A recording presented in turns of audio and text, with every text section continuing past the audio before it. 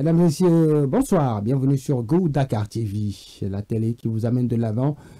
Et vous avez choisi Go News pour vous informer. Eh bien, je vous le dis, vous avez bien raison. On débute Go News avec le Magal de Porokhane qui est célébré ce jeudi 6 février.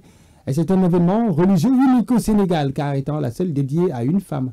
Chaque année, elle attire des milliers de disciples venus rendre hommage à Sokhna Mame Diarra Bousso, mère de Serigne Touba Khadimou Rassoul. À la différence des autres magas de la communauté mouride, celle de Porokhane ne suit aucune date fixe. Elle est célébrée à une période variable, choisie par la famille de Serigne Mohamedou Bassirou Mbacké avec l'accord du Khalife général des Mourides. Ce magal est l'occasion de rendre hommage à la Sainte Mère de Serigne Touba Khadimou Rassoul. Née Mariama Bousso en 1833 à Goléré, petite localité du Fouta, elle descend d'une lignée chérifienne remontant à l'imam Hassan, fils de Ali. Appelée Diaratoula, la protégée d'Allah subhanahu wa ta'ala, Mame Diarra incarne la piété pure. Son amour et son respect pour Allah étaient inébranlables. Elle pratiquait de nombreux actes surérogatoires. Son nom Mame Diarra Bousso fut la deuxième épouse de Mame Anta Salim Mbacké et elle est particulièrement vénérée par les Mourides. Le Magal de Porokhane met en lumière le rôle fondamental de la femme dans l'islam, un rôle souvent estimé dans les récits traditionnels. Célébrer Sokhna Mame Diarra Bousso, c'est honorer la place primordiale des femmes dans le monde musulman et leur contribution à l'éducation spirituelle et religieuse. On souhaite à tout le monde un beau Magal, principalement à toutes les Mame Diarra du Sénégal. Parlons du Conseil des ministres, notamment du Premier ministre Ousmane Sonko qui a informé pendant la rencontre hebdomadaire d'hier de la finalisation d'une étape essentielle des travaux de mise en œuvre opérationnelle de l'agenda Sénégal 2050. Il s'agit de l'élaboration de la liste des projets, programmes et réformes de la période 2025-2029 soumis à la validation du président de la République, Bassirou Diomaye Faye. Le travail de déclinaison stratégique a abouti à un portefeuille global de 266 projets et programmes, dont 60 considérés comme prioritaires, ainsi qu'une quarantaine de réformes structurelles à entreprendre. Le Premier ministre a relevé, selon le communiqué du Conseil des ministres, le défi majeur qui constitue la mise en œuvre agile et structurée de l'agenda 2050. Ousmane Sonko a relevé l'articulation à assurer avec cet environnement de 500 projets et programmes en cours. Ce nombre est ressorti selon la même source des travaux avant toute dépense d'investissement sur le premier trimestre 2025.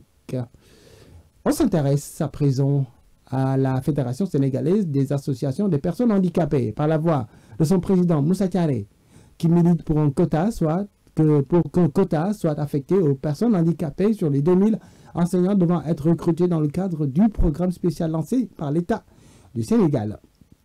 Ces propos ont été tenus en marge d'un atelier de 3 jours dédié à la prise en charge du handicap dans l'insertion professionnelle initié par la direction de l'insertion professionnelle du ministère de la formation professionnelle et technique. Selon M. Thiaré, ce serait bon d'appliquer, à défaut des 15% prévus à l'article 29, un quota aux jeunes handicapés. Selon lui toujours, un pays comme la Côte d'Ivoire fait ce qu'il appelle un recrutement dérogatoire. Chaque année, depuis 2018, la Côte d'Ivoire insère 200 personnes handicapées dans la fonction publique ou les entreprises privées. Le président de la Fédération sénégalaise des associations des personnes handicapées compte tout faire pour que l'État étudie de plus près cet exemple.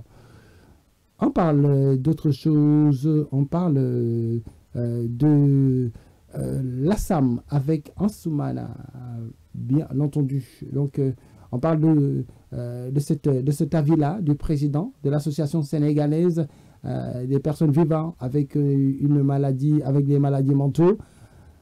Donc, Ansoumana John, le président de cette association, qui donne son avis sur la recrudescence des homicides enregistrés dans différentes localités du pays. Ces derniers jours, on l'a vu et constaté, c'est une recrudescence anormale de la criminalité. Cela relève, selon lui, d'un problème de santé mentale. Dans un communiqué donc qu'il a fait parvenir à Sénéweb, Ansoumana John, président de l'association sénégalaise pour le suivi et l'assistance aux malades mentaux, considère qu'il ne s'agit pas d'un problème de sécurité à laquelle peuvent intervenir nos vaillantes forces de police et de gendarmerie. C'est une affaire de santé mentale, selon lui. Interpellant le ministère de la Santé et de l'Action sociale, Ansoumana Dione dénonce l'absence de services psychiatriques dans les structures sanitaires régionales. Le déficit criant en personnel soignant, la cherté des soins et l'inaccessibilité des médicaments psychotropes qui, selon lui, sont des facteurs aggravant ces recrudescences de meurtres et d'assassinats de citoyens par des toxicomanes et autres malades mentaux. On termine Go News avec ce cambriolage rocambolesque là-bas du côté de Ndindi.